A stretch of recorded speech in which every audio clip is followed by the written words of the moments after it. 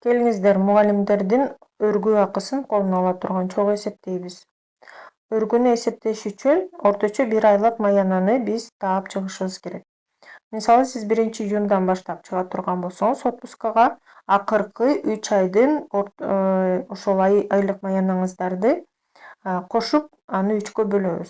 Мисалы, март айында 37 миң болсо, начисление апрелде 70.300 сом болсо жана май айында 70.160 сом болсо, бардыгын кошосуз. Кошкондо 177.466 сом болду. Аны 3кө бөлгөндө орточо 1 айлык маянаңыз 59.155 сом деп эсептелди. Андан кийин карайбыз, орточо 1 күндүк маянаны эсептеп чыгабыз.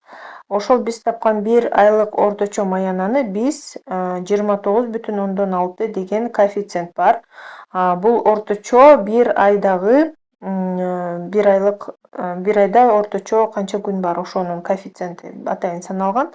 Ошол коэффициентке бөлөбүз. Бөлгөндө 1 күндүк орточо маяныбыз 1998 сом болду. Эми кепилденген мугалимдерге 56 күндүк өргүү болуп эсептелсе, ошол күнгө көбөйтөбүз. 1998 56 күнгө көбөйткөндө бардыгы 111.888 бул начисление чыгарылган суммада колго тиелет.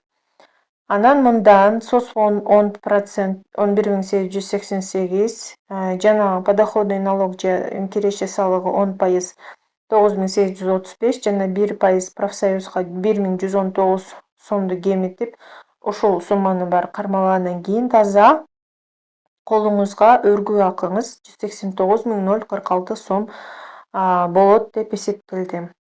Негизи өргүүнү эсептөөчү формула ушундай. Ушул формуланы колдонуп сиздер дагы эсептеп көрүңүздөр. Жана комментарийге туура болгонун, туура эмес болгонун жазсаңыздар болот.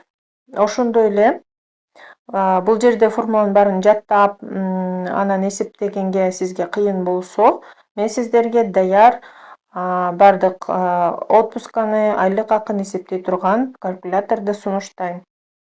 Сиздер үчүн атайын даяр калькулятор, колуңузга таза айлык эсептеп бере турган калькуляторду көрөбүз. Бул жерде кыргыз тилине же орус тилине которсоңуздар болот, кнопканы бассаңыздар.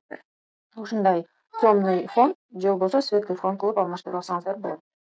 Ылдый чечсөңүздөр, иш чөйрөсүн тандайсыз. Бул жерде кайсы чөйрөдө иштесеңиз, ошол чөйрөнү тандайсыз. Мисалы, мугалимдердин айлыгын карап көрөлү. Мугалимдер деп тандадык. Ылдый чечсөңүздөр, эмгек акын эсептөө деген жерине келет. Бул жерде тандайсыз, билим коэффициенти жогорку, толук эмес, жогорку деп тандайбыз. Мисалы, норма саат деген жерде мына калгыч класс деп тандадык 20 саат.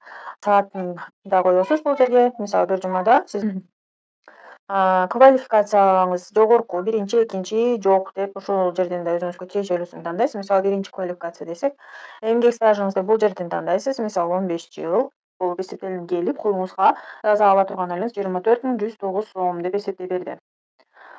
Мисалы, өңүн өзгөртүп көрөлү. Жашыл түстө, мындай түстө кандай көрүнөт экен. Отпускной, мисалы, отпускнойду эсептеп көрөлү. Орточо айлык эмгек акыңыз мисалы 45 миң сом дейли. Өргүү күндөрүңүздө мисалы сиз 25 күнгө чыктыңыз дейли. Ошондо колго тийүүчү өргүүңүз 31.100 сом болот экен. Бул жерде да анын эсептелишин көрсөтүп атат. Канча